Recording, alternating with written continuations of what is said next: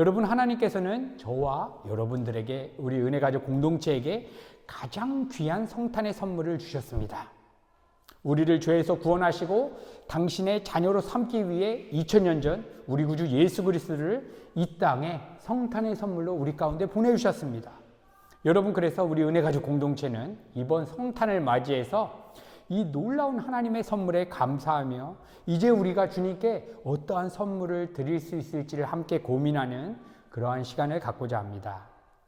여러분, 오늘 본문 말씀에는 헤롯 왕 때 예루살렘에서 예수님께서 탄생하셨을 때 동방박사들이 별을 보고 인도함을 받아서 아기 예수께 나아가 경배를 하고 황금과 유향과 몰약을 선물로 드리는 장면이 기록되어 있습니다.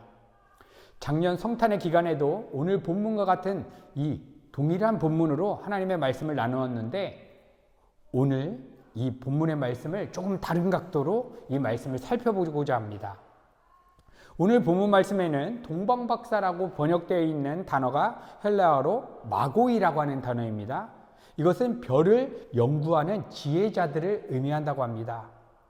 그들은 다니엘의 전통을 이어받은 바벨론의 학자들로서 민수기 24장 17절에 발람의 예언, 한 별이 야곱에게서 나오며 라고 하는 말씀을 잘 알고 있었습니다. 그래서 그들은 새로운 별을 보았을 때, 이것은 메시아의 등장을 알리는 신호라고 하는 사실을 그들은 확신했던 것입니다. 여러분, 바벨론이나 페르시아 지역에서 예루살렘까지 가려면 적어도 1000km가 넘기 때문에 낙타나 말을 타고 가도 약 2달은 걸릴 것입니다. 그런데 동방박사들은 사막을 가로지르고 도적들의 위협을 무릅쓰고 2달 가까이의 그런 험난한 여정을 지나서 예수님을 만나러 온 것입니다. 여러분, 이렇게 주님을 만나기 위해서라면 자신들의 모든 것을 다 걸고 자신의 모든 것을 다 희생하면서까지 나아가는 자들, 여러분, 이러한 사람들을 우리는 하나님을 향한 예배자라고 부르는 것입니다. 그런데 문제는 동방박사들이 예루살렘에 이르게 되자 이때부터 큰 소동이 일어나는 것입니다. 마태복음 2장 1절에서 3절, 헤롯 왕 때에 예수께서 유대 베들레헴에서 나심에 동방으로부터 박사들이 예루살렘에 이르러 말하되 유대인의 왕으로 나시니가 어디 계시냐? 우리가 동방에서 그 별을 보고 그에게 경배하러 왔노라 하니 헤롯 왕과 온 예루살렘이 듣고 소동한지라. 여기서 소동한지라라고 하는 원어의 의미는 단순히 놀랐다, 당황했다 이런 의미를 넘어선 의미입니다. 깊은 두려움과 불안, 심지어 적대감까지 포함하는 강력한 표현의 단어가 소동한지라라고 하는 단어의 의미입니다. 여러분, 그런데 왜 동방박사들이 메시아를 찾으러 왔다고 하자 예루살렘이 이렇게까지 소동하는 것입니까? 메시아의 탄생이라고 하면 기쁨과 감격으로 환호해야 하지 않겠습니까? 그 소동의 첫 번째 이유는 헤롯 왕의 보복이 두려웠기 때문입니다. 여러분, 헤롯은 에돔 사람이었고 로마의 후원으로 왕이 된 그러한 사람이었습니다. 그는 자신의 권력을 지키기 위해서라면 뭐든지 할 수 있는 잔인한 인물이었습니다. 그래서 역사가 요세푸스의 기록에 따르면 헤롯은 자신의 왕위를 위협할까 봐 두려워서 자신의 아내까지도 죽이고 장인까지도 죽이고 심지어 자신의 세 아들까지도 완전히 죽여버린 그러한 잔인한 인물입니다. 그런 헤롯에게 있어서 유대인의 왕이 태어났다는 소식은 용납할 수 없는 사실이었던 것입니다. 그래서 실제로 마태복음 16절을 보게 되면 헤롯은 베들레헴과 그 모든 지경 안에 있는 2살 이하의 사내 아이들을 다 죽이라고 명령까지 했던 것입니다. 이것이 헤롯이라고 하는 사람입니다. 그래서 대제사장들과 서기관들은 만약 우리가 메시아가 오셨다 이렇게 환호하면서 베들레헴으로 달려간다면 자신들의 생명은 물론이고 자신들의 가족과 일가 친족 전체가 위험에 처할 수 있었다는 사실을 그들은 알았기 때문에 동방박사들이 메시아를 찾아왔다라고 하는 그 소식 앞에서 깊은 두려움과 불안에 사로잡혔던 것입니다. 여러분, 분명 제사장들과 서기관들은 메시아에 대한 예언을 정확히 알고 있는 사람들이었습니다. 그래서 오늘 본문 말씀에도 그들은 미가서 5장 2절의 예언을 즉시 인용하여 메시아의 예언을 이야기했던 것입니다. 이렇게 그들은 성경에 대해서 전문가였지만 오늘 본문을 살펴보면 어디에도 이들이 베들레헴으로 가서 메시아께 경배했다라고 하는 내용은 기록되어 있지 않는 것입니다. 여러분, 정작 메시아에 대한 예언을 가장 잘 알고 있었던 그 당시의 종교 지도자들이 왜 예수님의 탄생을 알고도 그러한 소식을 듣고도 베들레헴에 가서 경배하지 않는 것입니까? 그것은 그들에게 잃을 것이 너무나 많았기 때문입니다. 당시 대제사장들과 서기관들은 성전을 중심으로 한 거대한 종교 시스템의 수혜자들이었습니다. 전 이스라엘의 11조가 그들에게 들어왔고 제사 제도를 통해서 막대한 수입이 그들 가운데 들어왔습니다. 성전 마당의 환전상과 희생 제물의 판매로 그들은 엄청난 이익을 얻고 있었습니다. 그런데 진정한 메시아가 이 땅에 오게 된다면 이러한 종교 장사와 같은 모든 시스템이 무너지게 되고 나의 여태까지 이루어 놓았던 이러한 이 세상적 풍요가 흔들리면 어떻게 하나라고 하는 걱정이 있었던 것입니다. 그래서 주님께서 실제로 이 땅에 오셨을 때 성전에 들어가셔서 내 집은 만민이 기도하는 집인데 너희는 왜 강도의 소굴로 만드느냐 이렇게 사람들을 책망하며 내쫓으신 이유가 여기에 있었던 것입니다. 그리고 그들이 이렇게 메시아의 탄생 소식 앞에서 소동했던 이유 중 다른 하나는 예수님은 그들이 기대했던 메시아가 아니었기 때문입니다. 그들이 기다렸던 메시아는 무엇입니까? 로마를 물리치는 정치적인 해방자, 다윗 왕국을 회복할 군사적인 영웅, 무엇보다 자신의 제사장 계급을 더욱더 높여줄 종교적인 개혁자, 이것이 그들이 원했던 메시아였습니다. 그런데 실제로 온 메시아는 무엇이었습니까? 가난한 목수의 아들이었고 제사장 가문이 아니라 유다 지파에서 태어났으며 권력과 영광의 왕으로 오는 것이 아니라 섬김과 희생의 길을 가는 그러한 분으로 이 땅에 오신 것입니다. 이것은 그들의 신학적인 틀에도 전혀 맞지 않았던 것입니다. 그들은 분명 이러한 예언을 알고 있습니다. 이사야서 53장에 메시아는 멸시를 받아 사람들에게 비난을 받으며 강고를 많이 겪으며 질고를 아는 자다라고 하는 예언을 알고 있었지만 이 예언을 외면했습니다. 그리고 이렇게 그들은 자신이 원하는 메시아상을 그려놓고 이 메시아만을 간절히 갈망했던 것입니다. 그래서 정작 메시아가 이 땅에 오셨을 때 그들은 그분을 알아보지 못했던 것입니다. 아니, 알아보고 싶지도 않았던 것입니다. 왜냐하면 그분은 자신들의 죄를 찝어서 책망하시고 자신들의 위선을 드러내시며 자신들의 안락한 삶을 뒤흔드실 분이셨기 때문입니다. 그래서 요한복음 1장 11절은 이렇게 이야기하는 것입니다. 자기 땅에 오매 자기 백성이 영접하지 아니하였으되. 여러분, 이것이 얼마나 비극적인 일입니까? 수백 년 동안 이들은 메시아만을 기다렸습니다. 그런데 정작 메시아가 이 땅에 오자 외면하는 것입니다. 영접하지 않는 것입니다. 여러분, 그렇다면 메시아이신 예수 그리스도를 진정으로 영접하는 사람의 모습은 무엇이겠습니까? 오늘 본문 말씀 마태복음 2장 9절에서 11절은 그 이유를 명확하게 묘사하여 말씀해 주고 있습니다. 박사들이 왕의 말을 듣고 갈새 동방에서 보던 그 별이 문득 앞서 인도하여 가다가 악이 있는 곳 위에 머물러 서 있는지라. 그들이 별을 보고 매우 크게 기뻐하더라.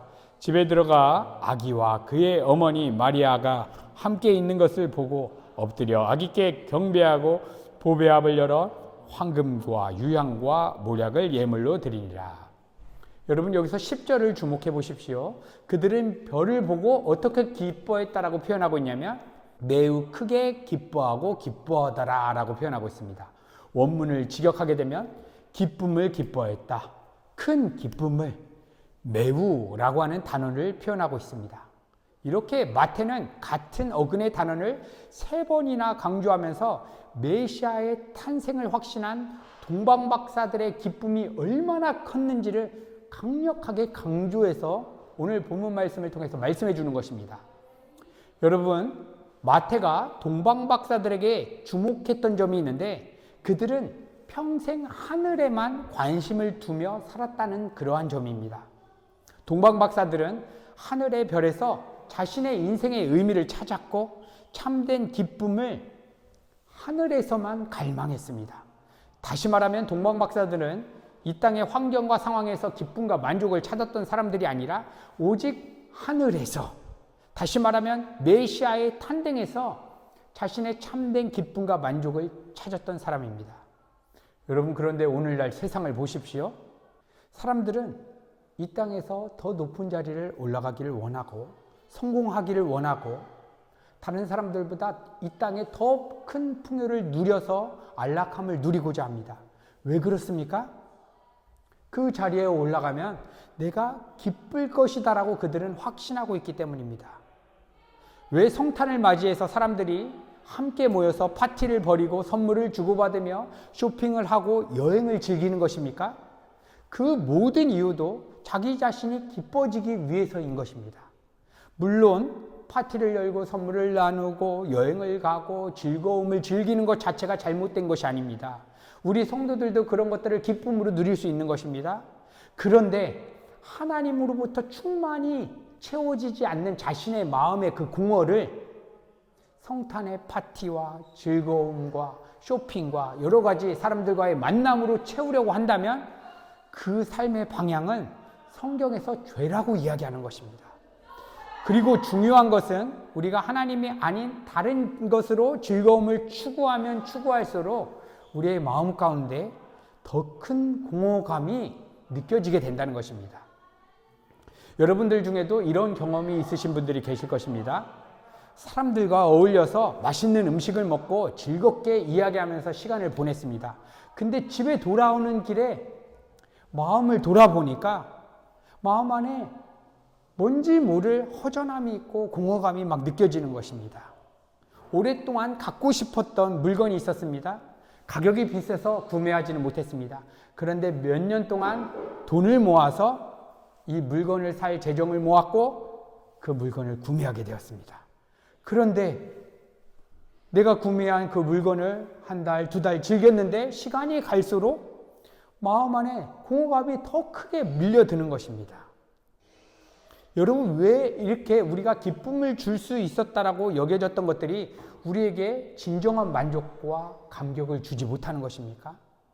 그것은 하나님께서는 우리가 진정으로 기뻐하고 만족할 수 있는 것은 우리가 하나님 한 분만을 기뻐할 때 우리 안에 진정한 기쁨과 만족이 채워지도록 하나님께서 그렇게 창조해 놓고 디자인해 놓으셨기 때문입니다. 그래서 시편 기자는 이렇게 선포했던 것입니다. 주께서 생명의 길을 내게 보이시리니 주의 앞에는 충만한 기쁨이 있고 주의 오른쪽에는 영원한 즐거움이 있나이다. 여러분, 그래서 마태는 하늘을 바라보며 살아갔던 동방박사의 모습을 통해서 지금 이 시대 우리에게도 중요한 메시지를 전달해 주고 있는 것입니다. 메시아를 진정으로 영접하는 사람은 하나님이 아닌 다른 것에서 기쁨과 만족을 추구했던 자신의 마음이 죄에 장악되어 있음을 깨닫고 돌이키게 된다는 것입니다. 그리고 이제는 오직 주님 한 분만으로 기뻐하고 만족하는 삶을 살아갈 수 있도록 성령 하나님의 도우심을 구하게 된다는 것입니다. 여러분, 그리고 시편 기자는 하나님 한 분만으로 기뻐하기로 결단하는 자들에게 어떠한 축복이 주어지게 되는지 이렇게 메시지를 선포해 주고 있습니다. 시편 37편 4절, 또 여호와를 기뻐하라. 그가 내 마음의 소원을 내게 이루어 주시리로다. 여러분, 하나님을 진정으로 기뻐하는 자가 갖는 소원이 무엇이겠습니까? 이 세상적 풍요, 인생의 어려움이 회복되는 것, 여러분, 그러한 것이 아닙니다. 하나님만을 진정으로 기뻐하는 자가 갖는 진정한 소원은 하나님을 인격적으로 만나고 삶의 그 어떤 현장에도 주님과 동행하는 것, 이것이 가장 큰 소원이 될 것입니다. 하나님께서는 바로 그 소원을 품고 살아갔던 동방박사의 소원을 이루어 주신 것입니다. 그들이 가장 원했던 소원, 내가 메시아를 만나야 되겠다. 그분을 만나서 내 인생을 다 올인해야 되겠다. 이 소원을 우리 하나님께서 이루어 주신 것입니다. 그리고 그들이 그토록 갈망했던 메시아를 만나게 되자 그들이 예수님을 만나기 전에 메시아에 대해서 가지고 있었던 자신들의 신앙과 믿음을 담아서 예수님께 선물을 드리는 것입니다. 집에 들어가 아기와 그의 어머니 마리아가 함께 있는 것을 보고 엎드려 아기께 경배하고 보배압을 열어 황금과 유향과 몰약을 예물로 드리니라. 여러분, 동방박사가 드린 이 세 가지 예물은 단순히 귀중한 어떠한 물품이 아니라 예수님을 향한 그들의 신앙, 예수님을 향한 그들의 믿음이었습니다. 황금은 왕에게 드리는 선물로서 구유에 누이신 이 아기가 만왕의 왕이시며 내 삶의 주인입니다 라고 고백을 드린 것입니다. 유향은 출애굽기 30장에 나오는 것처럼 성전에서 하나님께만 드리는 거룩한 향이었습니다. 그러니까 박사들이 유향을 예수님께 드렸다는 것은 마국간 구유에 누인 아기가 훌륭한 어떠한 인물이 아니라 하나님의 본체이십니다 라고 고백했던 것입니다. 그리고 몰약은 오늘날의 방부제처럼 시신의 몸에 바르는 향료로서 이 아이가 우리의 죄를 대신하여 죽으실 구원자임을 예언적으로 표현하면서 이 선물을 드린 것입니다. 그러니까 이 세 가지 선물은 예수님은 내 인생의 왕이십니다. 주인이십니다. 예수님은 하나님의 본체이십니다. 예수님은 나를 죄에서 건져내실 구원자이십니다 라고 하는 신앙을 담아서 고백했던 것입니다. 그리고 사도 바울은 이 고백의 삶을 로마서 12장 1절에서 이렇게 풀어서 우리 가운데 선포해 주고 있는 것입니다. 그러므로 형제들아, 내가 하나님의 모든 자비하심으로 너희를 권하노니 너희 몸을 하나님이 기뻐하시는 거룩한 산 제사로 드리라. 여러분, 동방박사들이 드린 선물은 고급 예물을 넘어선 자신의 삶 전체를 예수님께 산 제사로 드리는 상징적인 행위였습니다. 여러분, 그렇다면 우리 미란 은혜 가족 공동체가 저와 여러분이 이번 성탄을 맞이해서 예수님께 드릴 수 있는 선물은 무엇이겠습니까? 동방박사들이 드린 황금과 유향과 몰약에 담긴 신앙의 고백을 나의 것으로 취해서 나도 이 고백을 드려보는 것입니다. 하나님, 내가 입술로는 하나님이 나의 주인이요 나의 왕이라고 고백하면서 살아갔지만 올 한 해 2025년을 돌아보니까 여전히 내가 주인 되어서 살아갈 때가 너무나 많았던 것 같습니다.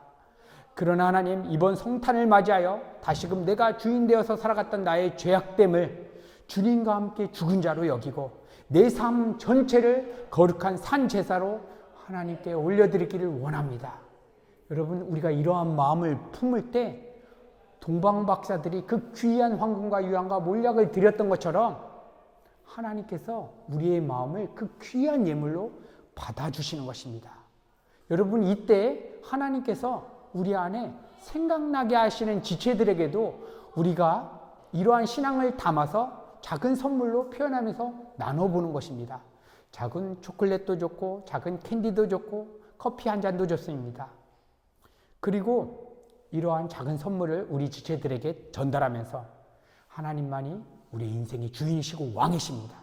그분과 동행하는 최고의 성탄이 되기를 바랍니다 라고 우리가 축복하게 될 때에 여러분, 이러한 모든 것을 하나님께서 최고의 기쁨으로 성탄의 선물로 받아주시는 것입니다. 사랑하는 성도 여러분, 이번 성탄 우리 은혜가족 공동체 모두가 동방박사들처럼 모든 것을 다 뒤로하고 오직 주님께로만 나아가는 예배자가 되기를 간절히 소망합니다. 그들이 황금을 드리듯 우리의 삶의 왕을 예수님으로 모셔드리고 그들이 유황을 드렸듯이 예수님만이 하나님의 본체이십니다. 예수님은 하나님의 말씀의 본체이십니다 라고 고백하며 몰약을 드리듯이 십자가를 날마다 우리의 삶에 적용하며 살아가는 그러한 은혜가족 공동체가 되기를 우리 주님의 이름으로 간절히 축복합니다.